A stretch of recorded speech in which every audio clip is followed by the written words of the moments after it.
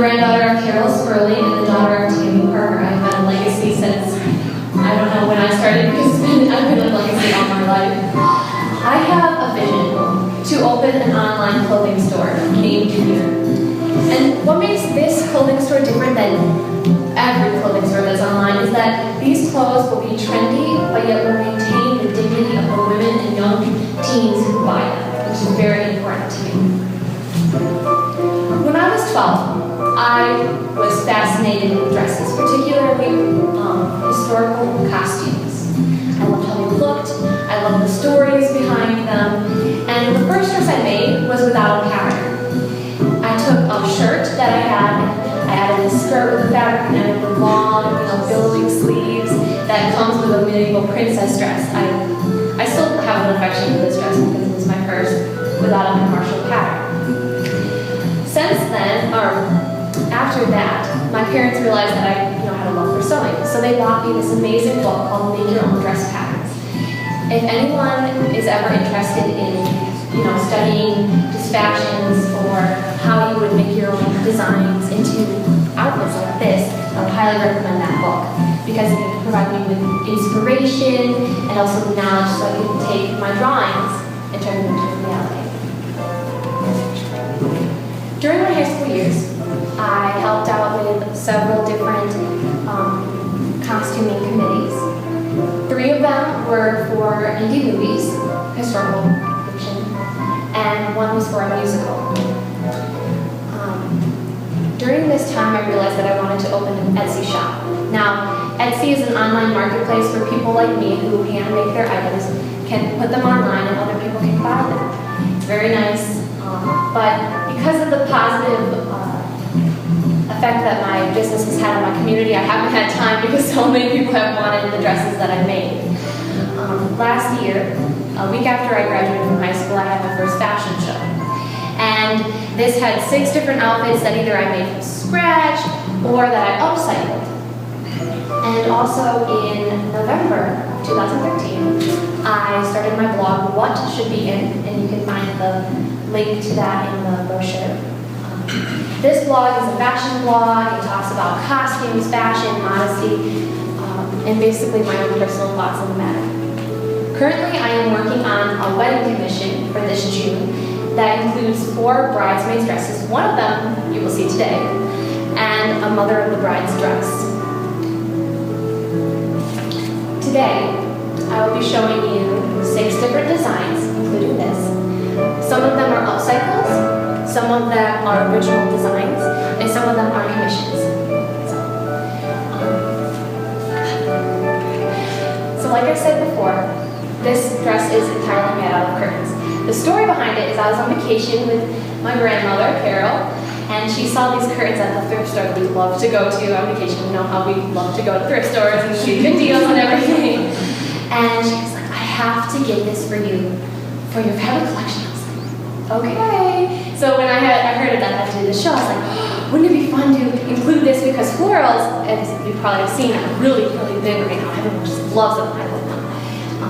And what I also love about this dress is that it's lightweight, so in summer it'll be just like, oh, nice, very cool, very nice. It just feels, like when you put on a dress, you're just like, I feel good in this. This is like just one of those dresses.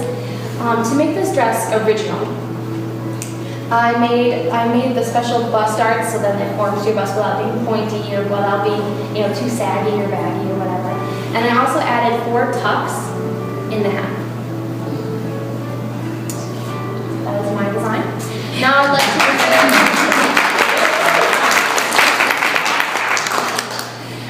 to present our first model, Victoria Kerr. Victoria is wearing a dress that I designed for my first fashion show. This dress is an upcycle. Now the definition of an upcycle is to reuse a discarded material and make it have more value. So this dress I bought at Goodwill. It was scrappy, whatever. So I took it and I added the white yoke top.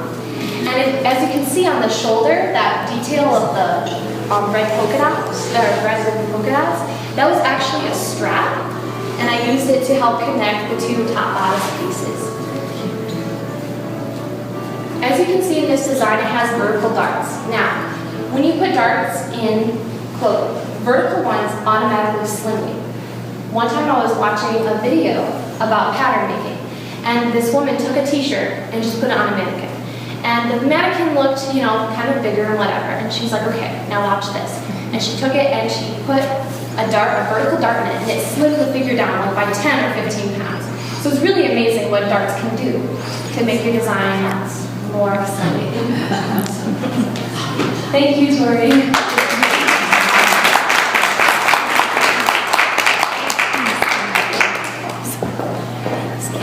Emma Parker is modeling our third design.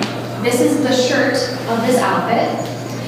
When I was in the process of figuring out what shirt I wanted to show, I originally wanted to make the yoke top with a blousey, kind of flow to it. But then I thought, now my model, my sister, does not like blousey things. She likes things that show off her curves. So how can I make this fit her better?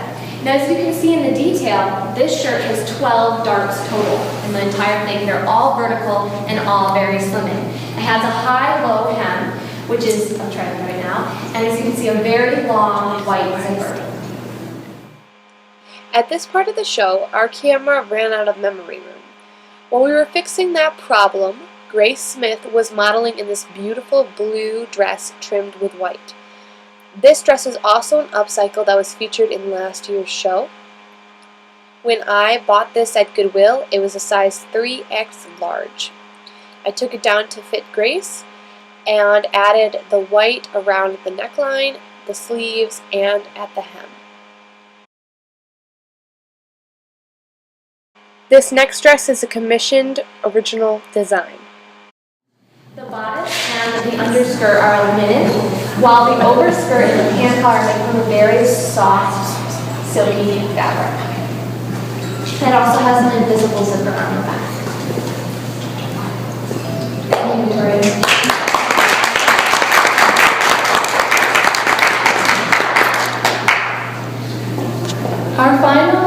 The final item of the show is the bridesmaid's dress that I told you about. Now, you ladies would just take a moment and imagine a chapel filled with lovely flowers, themed fairy tale. Okay? And the music starts playing, and the model starts walking down. Now, this dress reminds me of Cinderella from the movie. As you can see, when she walks, the skirt is very full and very voluptuous. When she twirls, it even moves like a fairy tale. The straps at the top help support the bodice and help it fit better to her. This, like I said earlier, is commissioned for a wedding, and it has been very, very cool to see it in the working stages of making it. Thank you, Emma.